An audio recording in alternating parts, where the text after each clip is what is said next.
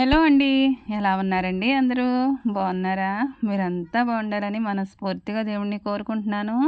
నా వీడియోస్ చూస్తూ ఛానల్‌ని సపోర్ట్ చేస్తున్న ప్రతి ఒక్కరికి పేరు పేరున కృతజ్ఞతలైతే చెప్పుకుంటున్నానండి. ఈరోజు ఒక బిందె నీళ్లు పట్టుకొని అక్కడ స్టవ్ దగ్గర పెట్టుకోవడంతోటి నా పనైతే మొదలుపెట్టానండి. ఇక అంతకంటే ముందే అయితే మామయ్య, ఇక మా బాబు కలిసి అయితే బాటిల్స్ ఇంకా అన్నీ నింపేశారు. ఇక వాళ్ళు అవన్నీ నింపేసరికి ఇక నాకు నీళ్లు పట్టే పనైతే తప్పింది గదా అనేసి నేనేమో చీపురు కట్ట పుచ్చుకున్నాననమాట. నేను లేవడమే పనులైతే మొదలుపెట్టుకుంటానండి. ఒకదాని తర్వాత ఒకటి. లేచి కాస్తంత ఫ్రెష్ అయ్యేసరికైతే మరొక పావుగంట అలా పడుతుంది గదండీ! ఇక ఈలోపైతే మా వాళ్ళు నీళ్లు పట్టేశారు. ఇక వాళ్ళు నీళ్లు పట్టి నాకు చాలా మంచి పని చేశారనిపించిందండి. కానీ ఇక తర్వాత పాప కూడా లేచేసిందండోయ్! పెద్దమ్మాయి, చిన్నమ్మాయి ఇద్దరూ లేచేశారు. ఇక మా అత్తయ్య ఏమో పనికెళ్ళిపోయారులెండి పొద్దున్నే. ఇక వీళ్ళు లేచారనుకోండి, నా వెనకాలే ఇల్లు పీకి పందిరేసేసినట్టే అనుకున్నాను ఈరోజు.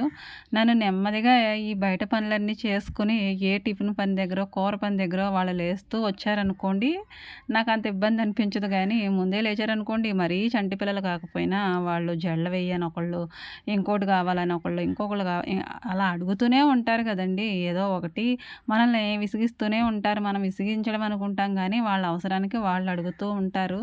ఇక వీళ్ళు లేచారు నా దుంప తెంపారులే అనుకున్నాను. అనుకున్నట్టుగానే ఈరోజు పనులన్నీ చాలా గందరగోళంగా, హడావిడిగా, గజిబిజిగా అనిపించింది. ఒక రకంగా చెప్పాలంటే రచ్చ రచ్చ చేసి పడేశారనమాట వాళ్ళు స్కూలుకెళ్ళేలోపు. ఈరోజు లేచిన దగ్గర నుంచి ఏ పని కూడా నా ప్రమేయం లేకుండానే జరిగిపోతూ ఉందండి. ఆటోమేటిక్‌గా అలా చేసేస్తున్నాను అయిపోతుందనుకునేరు.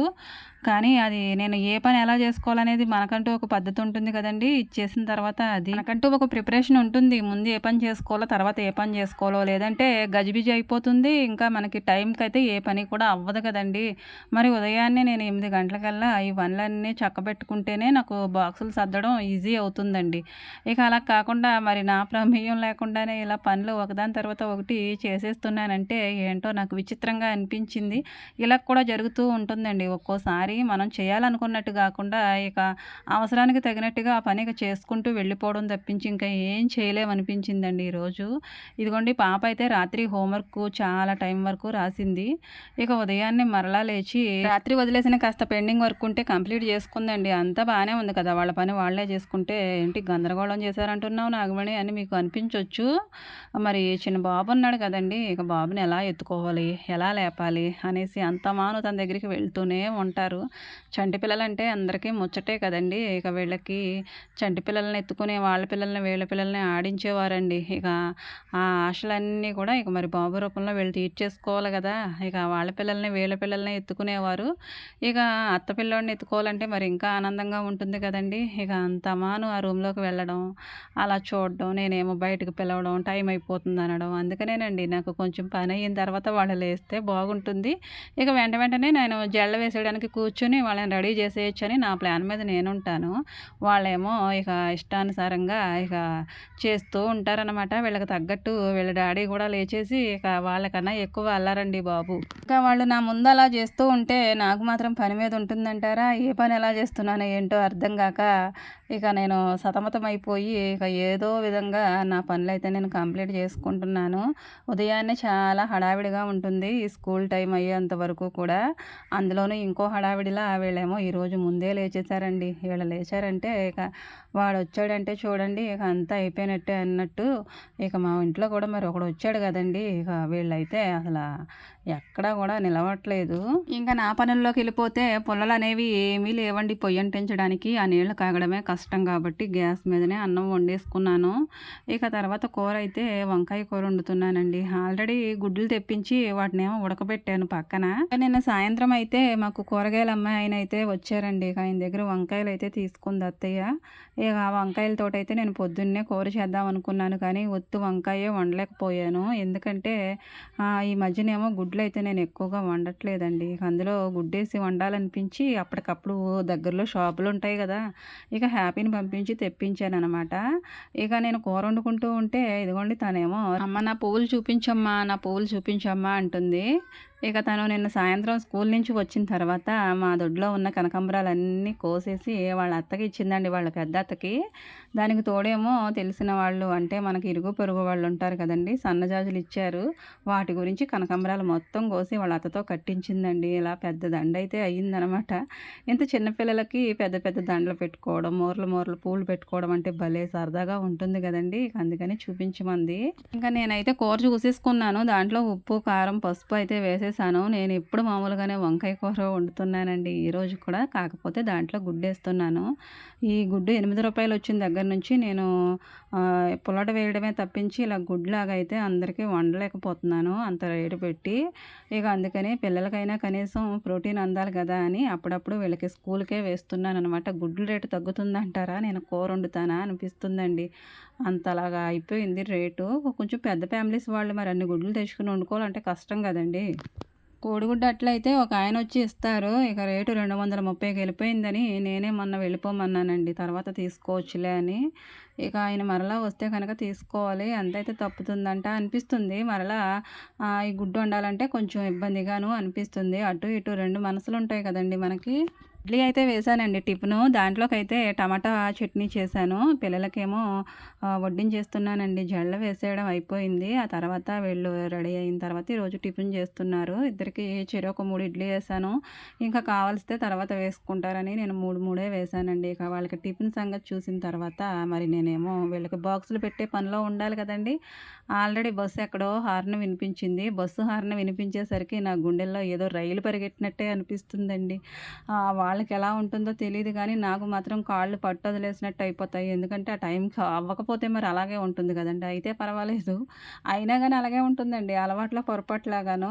బస్సు వచ్చేస్తుందంటే కొంచెం హడావిడి ఎక్కువగానే ఉంటుంది కదండీ. ఎక్కడ లేని హడావిడి నాకు ఉంటుంది కానండి. వీళ్ళు మాత్రం నార్మల్‌గానే రెడీ అవుతారనమాట. చాలా తాపీగా రెడీ అవుతారండి. మా హ్యాపీని చూశారు. ఆల్రెడీ వాళ్ళ అక్క అయితే బస్సు రాకుండానే వెళ్ళిపోయింది బస్ స్టాప్ దగ్గరికి.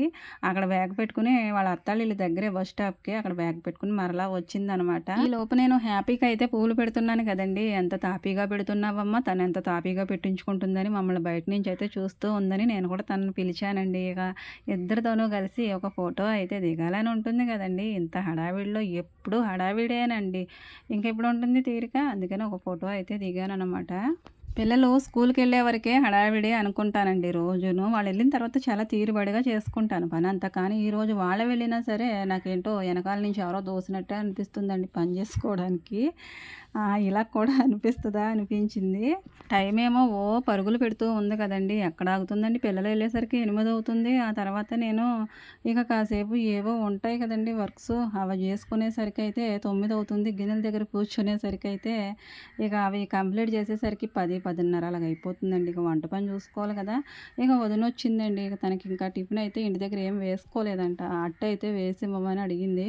ఎందుకంటే వాళ్ళు ఈరోజు ఊరికి వెళ్తున్నారు. అంటే అత్తయ్య, వదిన కలిసి ఊరెళ్తున్నారనమాట. ఇంకా వదినొచ్చి బుజ్జమ్మ అని చేత్తో ఒక టీ ఇచ్చి కొంచెం టిఫిన్ పెట్టమ్మా అంటే ఎలా ఉంటుందండి మరి, పెట్టకుండా ఉండగలనంటారా. ఇంకా అందుకే వదిన కోసం అయితే పక్కన అట్టు వేశాను. ఇంకో పక్కన అయితే టీ పెట్టానండి ఆల్రెడీ. పాలు కూడా కాచేస్తున్నాను. అవి కాసిన తర్వాత తోడంటు వేసుకునే పాలు కూడా కాయాలండి. నేను ఇక్కడే ఉన్నంతసేపు ప్రదక్షిణాలు చేస్తూ ఉంటానండి. ఇక్కడ పొయ్యి దగ్గర అంతవరకు పాలు పొంగవు, కానీ జస్ట్ అలా తప్పుకున్నానంటే పాలు మొత్తం బస్సుమని పొయ్యి నిండా పొంగిపోతాయి. అలా గ్యాస్ నిండా పాలు పొంగితే నాకు వంట చేసుకోవడానికి ఎంత ఇబ్బందిగానో అనిపిస్తుందండి. ఈరోజు ఈ పొయ్యి కూడా సహకరించలేదు. పాలు ఒకదాని తర్వాత ఒకటి 2 కుండలతోనూ అలా పొంగిపోయినాయి అన్నమాట. ఇక వంట తర్వాత క్లీన్ చేద్దాంలే అని అలా ఉంచేశాను. ఏమంటే ఒక్కోసారి మనకి టైం కూడా సహకరించదు. అలాగే మనం చేసుకునే పనులు కూడా మనకి నార్మల్గా అనిపించవండి, ఆర్టిఫిషియల్గానే అనిపిస్తాయి. నా ప్రమేయం లేకుండా ఇలా కూడా అయిపోతుందా అన్నట్టు అనిపించింది నాకు. ఒక్కొక్కసారి అలా అయిపోతూ ఉంటుంది. ఇక ఏం చేయగలమండి, నిమిత్త మాత్రమే కదా, చూస్తూ వెళ్ళిపోవడం, చేసుకుంటూ వెళ్ళిపోవడం తప్పించి దేన్ని మనం ఆపలేమన్నమాట. ఇంకా నేను అక్కడ చేసుకోవాల్సినవన్నీ అక్కడే ఉంటుందండి. ఇక డ్యూటీ వచ్చేసి మరి వంటగదికే కదండి మన డ్యూటీ. ఇక అందులోనే సర్దుకొని ఇక పాలు, పెరుగులు, తోడంట్లు ఇవన్నీ వేసుకొని ఫ్రిడ్జ్లో పెట్టుకొని ఆ పిండికి అయితే ఏమీ మిగలలేదులేండి. ఈరోజు అట్లు వేసేసాను 2 మిగిలిన పిండితో. ఇక అవన్నీ కూడా బయటికి పట్టుకెళ్ళిపోయి తోమేసుకుందామని అక్కడ పెట్టేశాననమాట. కూర కూడా పిల్లలకి వండింది కొంచెం మిగిలితే దాన్ని కూడా వేరే గిన్నెలోకి తీసేసుకొని దాన్ని కూడా తీసుకెళ్ళిపోయానండి తోమేయడానికి. ఇలా చేసుకుంటూ వెళ్ళాలే గానండి అమితమైన ప్రేమ అన్నట్టు అమితమైన పనులు కనిపిస్తూనే ఉంటాయి. వీటిని ఏ విధంగా చేస్తే త్వరగా అయిపోతాయా అని ఆ విధంగానే ఆలోచిస్తాను తప్ప వీటిని ఎలా ఎగ్గొట్టాలా అని ఎప్పుడూ ఆలోచించలేదండి. ఎందుకంటే ఇక మన చేతి మీద ఉన్నప్పుడు ఈ పనులన్నీ మన చేతులతోనే చేసుకోవాలి కదా! ఇవన్నీ ఏదో విధంగా శాయశక్తులా ప్రయత్నించి అవజేసేయాలి. ఎందుకంటే కుండలు తోమడమే ఒక యుద్ధం చేసినట్టు ఉంటుందండి. ఇక అన్నట్టు ఒక విషయం అయితే మీతో షేర్ చేసుకోవాలనిపించింది నాకు ఈరోజు ఈ పనులతో పాటు. ఎందుకంటే ఆడవాళ్ళు చేసే పనులు ఎన్నండి అసలు ఒకటా రెండా అండి? ఉదయం లేచిన దగ్గర నుంచి ఎన్నుంటాయి. ప్రతిరోజు ఇలాగే చెప్తావు నువ్వని మీరు అనుకోవచ్చు కానండి, ప్రతిరోజు మరి అందరూ ఆడవాళ్ళు చేసుకునేవి ఇవే పనులు కదండి. అయినా బోరు కొట్టదు మనకి ప్రతిరోజు ఉన్నా కానీ ఇంకా ఇది ఎలా చేయాలో ఏంటో ఇంకా ఎక్స్ట్రా పనులు అయితే వేసుకుంటూ ఉంటాము. ఇక నేనైతే ఇవే చూపిస్తున్నాను కానండి, ఇక చాలా పనులు చేసుకునే వాళ్ళు ఉంటారు. ఇక ఆడవాళ్ళు ఇలా చేసుకుంటూ వెళ్ళడమేనా, ఇక ఎండింగ్ ఏమీ లేదంటారా అనిపించింది. ఇలా నిత్యం పనులు చేసుకుంటూ ఉంటే నాకైతే ఆడవాళ్ళని ఒక నదితో పోల్చుకోవాలనిపించిందండి. ఎందుకంటే నది ఎంత ప్రశాంతంగానో ఉంటుంది. అది ఎంత పొడవు ఉంటుందండి, అది ఎక్కడి నుంచో ఎక్కడికో ఉంటుంది. అలాగే దానిలో ఉన్న నీళ్ళు ఒక్కోసారి మంచినీళ్ళు ఉంటాయి, ఒక్కోసారి కొత్త నీళ్ళు ఉంటాయి, ఒక్కోసారి మురికి నీళ్ళు ఉంటాయి. అన్నీ భరించేస్తూ ఉంటుంది కదండి. మన ఆడవాళ్ళం కూడా అంతే. ఇక జీవితం చాలా పొడవు ఉంటుంది. ఆ పొడవున మనం పనులే తప్పించి వేరే ఏమీ లేదు. అందులో కొన్ని కష్టాలు ఉంటాయి, అప్పుడప్పుడు చాలా దుఃఖాలు ఉంటాయి, ఒక్కోసారి సంతోషం ఉంటుంది, ఒక్కోసారి చాలా చాలా నిందలు ఉంటాయి, ఎన్నో హేళనలు ఉంటాయి. ఇవన్నీ తట్టుకొని ఎదురు నిలబడి జీవితం అనే నదిలాగా మనం అలా ప్రవహిస్తూనే ఉంటాం కదండి. ఇక నాకు నది అయితే గుర్తుకొచ్చింది ఈ పనులు నేను ఇలా చేసుకుంటూ ఉన్నప్పుడు. ఆ మధ్య అయితే నేను అంతమాను రాజమండ్రి వెళ్ళొచ్చేవాళ్ళమండి మరదలు నేను కలిసి. ఎందుకంటే చెకప్‌లకి తీసుకెళ్ళేదాన్ని తనని. రాజమండ్రి వెళ్ళడం అంటే గోదావరి దాటకుండా ఎవ్వరూ కూడా అటువైపుకి వెళ్ళలేరు కదండీ. ఆ ఊరునే చూడలేరు. గోదావరి మీదుగా అలా రోజు వెళ్తూ వస్తూ ఉంటే మనసులో ఏదో తెలియని ఉప్పొంగిపోతుంది చూడండి మనసు. అలా అనిపిస్తుంది. అది ఎంత ప్రశాంతంగానో ఉంటుందండి. ఒక్కోసారేమో నీళ్ళు రయ్యిమని వెళ్ళినట్టు ఉంటాయి, ఒక్కోసారేమో అక్కడక్కడ ఆరిపోయి కనిపిస్తుంది, ఒక్కోసారి వ్యర్థాలండి వర్షాకాలంలో అయితే అలా కొట్టుకెళ్ళిపోతూ ఉంటాయి. నదంతా కూడా చాలా ప్రశాంతంగాను ఇంకా దాంట్లో ఉన్నవన్నీ కూడా మనకి కనబడనీయకుండా మంచినీళ్ళు మాత్రమే పైకి కనిపిస్తూ ఉంటాయండి. ఇక అలాంటప్పుడు మనసు ఎలా ఉంటుందంటే ఈ నదిని చూసి చాలా నేర్చుకోవాలనిపించింది నాకు.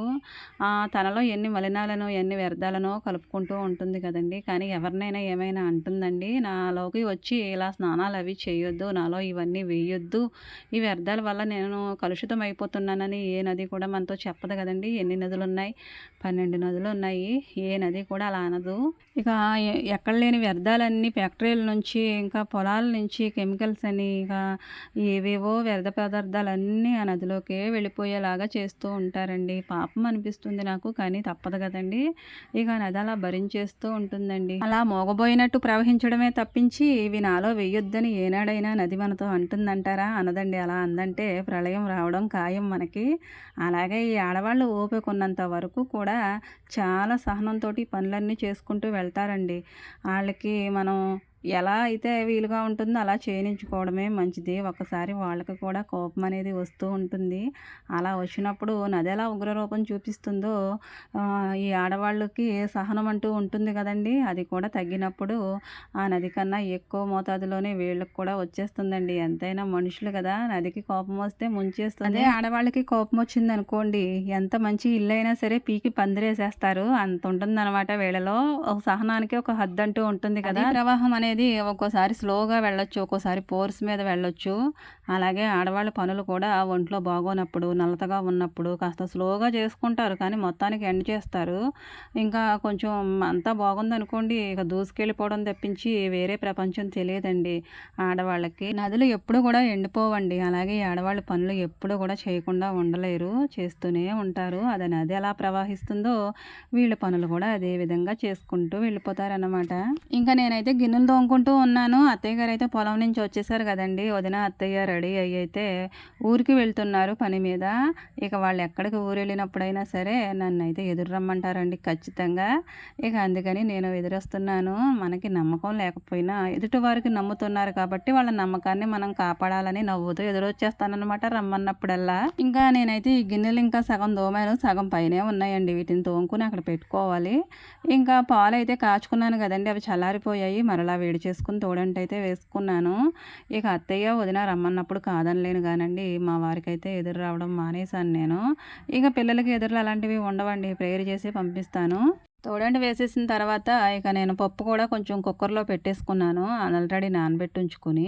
ఇక తర్వాత టిఫిన్ చేద్దామంటే ఒక అట్టేసుకున్నానండి. అత్తయ్య గారికి ఒక ముక్క తీసుకోమని చెప్పాను. ఊరెళ్తున్నారు కదా! ఇక నేనైతే వదిన ఎండు చేపల కూర వండిందండి. నాకు ఎంత ఇష్టమో ఇక అది తిందామనేసి నేను అన్నం అయితే పెట్టేసుకున్నానండి. అట్టు ముక్క అలా ఉంచేసి ఇక మరదల కోసం అయితే బియ్యం అయితే కడిగేసి అలా పక్కన పెట్టుకుంటే నానతాయి కదా అని అలా నానబెట్టుకున్నాను. మేమైతే కోటా రైస్ వండుకుంటున్నామండి. కోటా రైస్ తినొచ్చు. ఏమీ గాదు. పిల్లలకు అలవాటు చేయాలి. ఇక అందుకని నేను అప్పుడప్పుడు అవి వండుతూ ఉంటానండి. ఎలాగో తనకి నేను ఈ పాత బియ్యం వండుతున్నాను కదా అని మేము కోటా రైస్ అయితే వండుకుంటున్నాము. ఇంకా ఇక్కడ పాదులు పెట్టిన స్థలం దగ్గరికైతే వచ్చానండి. బీర పాదులు, చిక్కుడు పాదులైతే చక్కగా వచ్చేసాయి గానీ, ఈ బెండ మొక్కలేంటో రావట్లేదండి. అక్కడక్కడ ఒక్కోటి ఒక్కోటి వచ్చిందనమాట. ఇక వచ్చినవైనా కాస్త పెద్దయి నాకు 4 కాయలు కాసిస్తాయో లేదో అనిపించింది. ఇక బీరపాదులు, చిక్కుడు పాదులు మాత్రం బాగానే ఉన్నాయి. వాటిని చూసి ఫుల్ హ్యాపీ అనమాట. మన చేత్తో నాటిన విత్తనాలు కదండీ! మరి అవి పెద్దయ్యి కాయలు కాసేంత అయితే ఇక మన ఆనందానికి హద్దులుంటాయంటారా? ఈ చిక్కుడు పాదులైతే పెట్టిన తర్వాత ఒక 2 రోజులకి మరలా వచ్చి ఇంకొక రకం గింజలైతే పెట్టానండి. వాటిల్లో చిన్న చిన్న మొక్కలొస్తూ ఉంటాయి ఈ పాటికి. ఎందుకంటే అవి వస్తాయో రావోనన్న డౌట్ తోటి ఇంకొక రకం విత్తనాలు పెట్టానండి. అవి ఇవి కూడా కలిపొస్తున్నాయి. కాయలు ఎలా ఉంటాయో చూడాలి. ఆ తర్వాత చూపిస్తానులెండి మీకు. ఇంకా నేను ఇక్కడికి ఎందుకొచ్చానంటే గోంగూర కోసుకోవడానికి వచ్చానండి. మరి పప్పు పెట్టేసావు కదా! అప్పుడు గోంగూర ఏంటని మీరు అనుకోవచ్చు. పప్పులోను గోంగూర వేసి విజిల్స్ రానిస్తుంటే ఆ పప్పులు గుడ్లులాగా అలాగే చూస్తున్నాయి తప్ప కందిపప్పు అనేది అస్సలు ఉడకట్లేదు. ఇక అందుకనే ముందు 4 3 విజిల్స్ రానిచ్చి ఆ తర్వాత ఇది తరిగేసి నీట్‌గా కడిగిన తర్వాత అప్పుడు వేసి మరలా విజిల్స్ ఇంకొక రెండో, మూడో రానిచ్చుకుందామని ఈ గోంగూర తీరుబడిగా కోసుకోవడానికి వచ్చానండి. ఈ గోంగూర కూడా చాలా కాపాడుతూ ఉందనమాట. అప్పటికప్పుడు పొయ్యి పక్కన ఆకుమడిలా ఉంటాయండి. మనకి ఇంట్లో మొక్కలు గానీ, చెట్లు గానీ, పాదులు గానీ ఉంటే అప్పటికప్పుడు పొయ్యి మీద మనం కూర ఏదో ఒకటి చూసుకోవచ్చు. దొడ్లోకొచ్చి ఏదో ఒకటి తెంపుకొని అయితే కూర వండేసుకోవచ్చు. ఇక నాకు తోటకూర విషయంలోనూ, ఈ గోంగూర విషయంలోనూ చాలా మంచిగా అనిపిస్తుంది. ఇంకా అవి ఏవేవో మొక్కలు పెంచాలనే ఆశ ఉంటుంది. కోళ్ళండి చుట్టుపక్కల అందరికీ కోళ్ళుంటాయి. మనకు లేనంత మాత్రాన అవి రాకుండా అయితే ఉండవు కదా! ఈ పొదల్ని ఎలా కాపాడుకోవాలో అనిపిస్తుంది. వాటి వల్ల ఏ విత్తనాలు వేయలేకపోతున్నాను నేను. గోంగూర నేను కోసేటప్పుడే చెట్టు నుంచి కాడలన్నీ కూడా వేరు చేసేసుకునే ఉండేలాగానే కోసానండి. నీట్‌గా కోసాను. పురుగులు అలాంటివి ఏమైనా ఉంటే కూడా చూసుకొని మరీ కోసుకున్నాను. ఎందుకంటే మరి దాన్ని బాగు చేయనవసరం లేకుండా ఉంటుంది కదా అనేసి. కాడలు లేకుండా కోయడం వల్ల సరాసరి కుండి దగ్గరికి తీసుకెళ్ళిపోయి దాన్ని ఒకటికి 3 సార్లయితే కడిగేసానండి. ఇక మందులు, మాకులు లేకుండా పెరిగిన ఆకుకూర కాబట్టి మనకి చాలా హెల్తీగా ఉంటుంది. ఇంకా మనం కొనుక్కొని వండుకునేదాన్నండి నేను.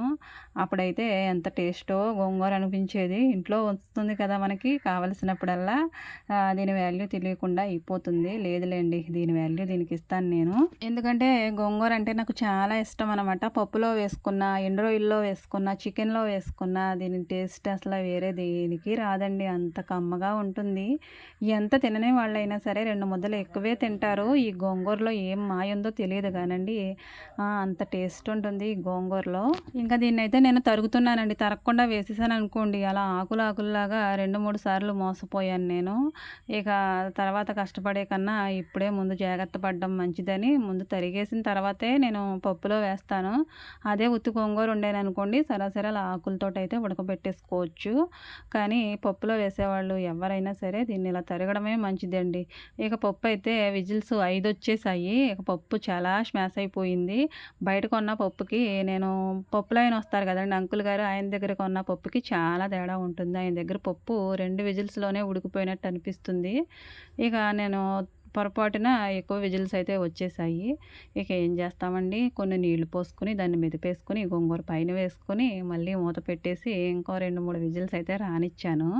ఇక తర్వాత పప్పు మెదిపేసుకొని చింతపండు కొంచెం వేస్తాను, ఎక్కువ వేయను. ఎందుకంటే గోంగూర ఎంత పుల్లగా ఉన్నా కానండి దానికి కారు అంటూ ఉంటుంది కదా, ఆ కారుని అణిచేయాలంటే కొంచెం చింతపండు తగలనివ్వాలి. అందుకని కొంచెం వేస్తాననమాట. ఇంకా బీరకాయ వేపుడు కూడా చేస్తున్నానండి. ఒక పక్కన దాన్ని వేయించుకుంటున్నాను. ఈ పప్పుని చూసి విజిల్స్ రానిచ్చేటప్పుడే ఆ బీరకాయ చెక్కేసుకోవడం, తరిగేసుకోవడం అయిపోయింది. ఇంక దాన్నయితే ఫ్రై చేసేస్తున్నాను. ఇంకా దీంట్లో వేయవలసినవన్నీ వేసేసి ఇదిగోండి ఇలా పప్పులా అయితే పెట్టేశాను. ఎక్కువ విజిల్స్ రావడం వల్ల పప్పు బాగా మెత్తగా అయిపోయింది కదండీ! మరి కొంచెం పలచగానే అనిపించింది నాకు పప్పు, గోంగూర.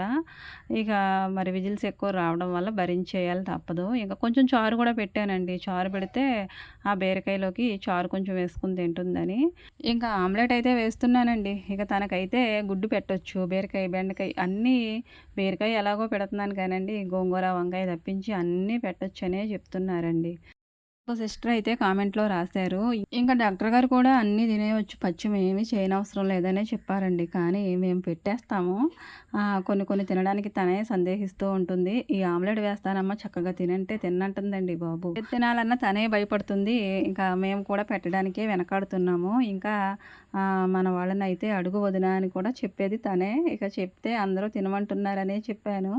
ఇక ఒక్కొక్కటిగా తింటాను. రెండో నెల వచ్చేసింది కదా, ఇక ఒక్కొక్కటిగా తింటాననేసి తను ఈసారికి వద్దులే అనేసింది. ఇక బీరకాయ చారుతోటైతే తను తింటుందనమాట. అది ఎల్లప్పుడూ ప్రవహిస్తూనే ఉంటుందండి. లేదంటే దానిలో ఉన్న వ్యర్థాలన్నీ కాలగర్భంలో కలిసిపోవు కదా. అలాగే ఇంట్లో పనిచేసుకునే ఆడవాళ్ళు ప్రతిరోజు ఇలాంటి పనులతో ఎంత నలిగినా చిరునవ్వుతో నదిలా పరవళ్ళు తొక్కవలసిందేనండి. వీడియో నచ్చితే లైక్ చేయండి. Thank you.